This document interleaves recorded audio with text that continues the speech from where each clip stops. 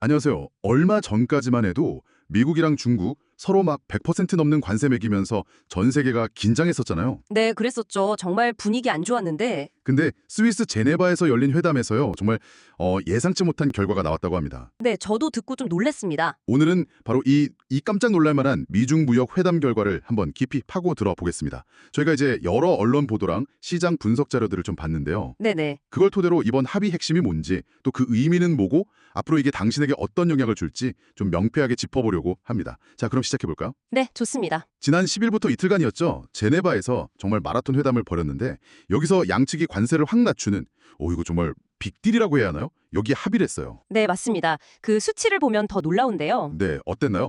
그 145%였던 미국 관세랑 중국은 125%였죠. 이게 다 내려간다는 거죠. 네, 앞으로 90일 동안요, 미국의 대중관세는 145%에서 30%로, 중국의 대미관세는 125%에서 10%로, 와, 30% 10%요? 네, 양쪽 다 그러니까 115%포인트를 낮추는 거예요. 엄청나죠? 정말 파격적이네요. 미국의 30%는 이제 그 전에 문제됐던 펜타닐 관련 품목 관세랑 기본 관세 합친 수준이고요.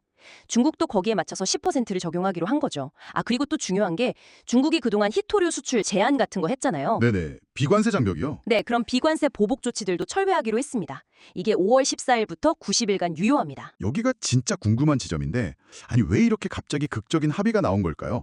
서로 절대 안 물러설 것 같은 분위기였는데 말이죠. 아무래도 양국 모두 이 관세 전쟁 때문에 받는 고통이 좀 심각했던 것 같아요, 사실. 아, 역시 경제적인 압박이. 네. 높은 관세가 계속되니까 뭐 무역도 잘 안 되고 경제 전반에 부담이 커졌겠죠. 중국 수출 기업들 당연히 힘들었고요.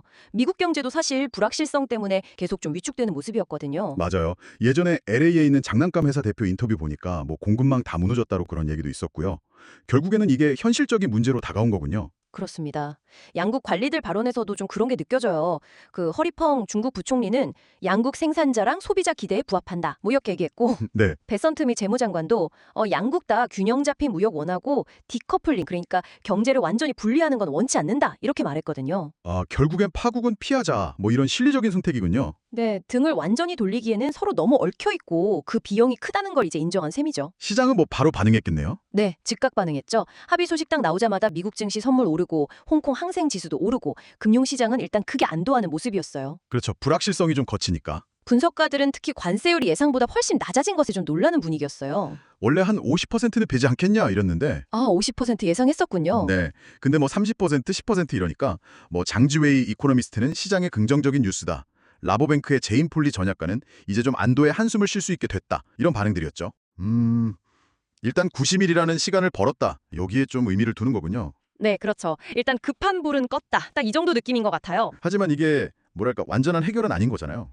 그냥 일시적인 휴전 같은 느낌인데 90일 뒤에 다시 또 원점으로 돌아갈 수도 있는 거 아닌가요?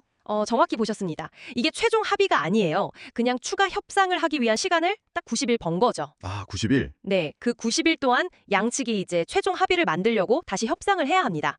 근데 이게 쉽지 않을 수 있어요. 왜죠?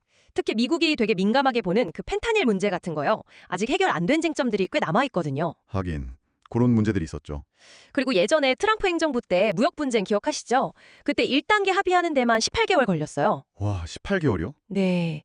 그걸 생각하면 이번 90일 안에 모든 걸 다 해결하기가 글쎄요, 좀 만만치 않을 수 있죠. 그렇다면 최종적으로 관세가 어떻게 될지 또 이게 세계 경제에는 어떤 영향을 줄지는 여전히 좀 안개 속이네요. 네, 맞습니다. 불확실성은 여전히 남아있는 거죠. 앞으로 이 90일 동안 양국 간의 수출입 데이터가 어떻게 변하는지 이게 또 협상의 중요한 변수가 될 수 있고요. 흐름을 봐야겠군요. 네, 일각에서는 뭐 결국 트럼프 대통령이랑 시진핑 주석이 직접 나서서 톱다운 방식으로 풀어야 하는 거 아니냐 이런 관측도 나오고 있습니다. 아, 정상 간의 결단이 필요할 수도 있다. 자, 그럼 한번 정리해 보겠습니다. 이번 미중 제네바 회담, 어쨌든 극적인 관세 인하 합의로 당장의 위기는 넘겼습니다. 네, 일단 급한 불은 껐죠. 하지만 이게 완전한 해결은 아니고 추가 협상을 위해서 딱 90일의 시간을 번 것이다. 이 점이 중요하겠네요. 네, 그렇습니다. 그래서 이 모든 게 당신에게는 어떤 의미가 있을까요?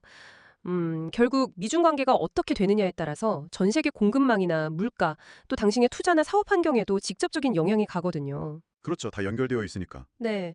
이번 합의는 단기적으로는 분명 긍정적인 신호지만 저기 90일 뒤의 불확실성은 여전히 크기 때문에 계속해서 좀 상황을 주시하실 필요가 있습니다. 네. 마지막으로 이런 질문을 한번 던져보고 싶습니다. 이번 90일간의 숨고르기, 이게 단순히 위기를 잠시 뒤로 미룬 걸까요? 아니면 정말 치열하게 경쟁하면서도 양국이 관계를 좀 안정적으로 관리하려는 그런 노력의 시작일까요? 의미 있는 질문이네요. 이 중요한 90일이 과연 어떤 미래를 가져올지 한번 같이 지켜보는 건 어떨까요?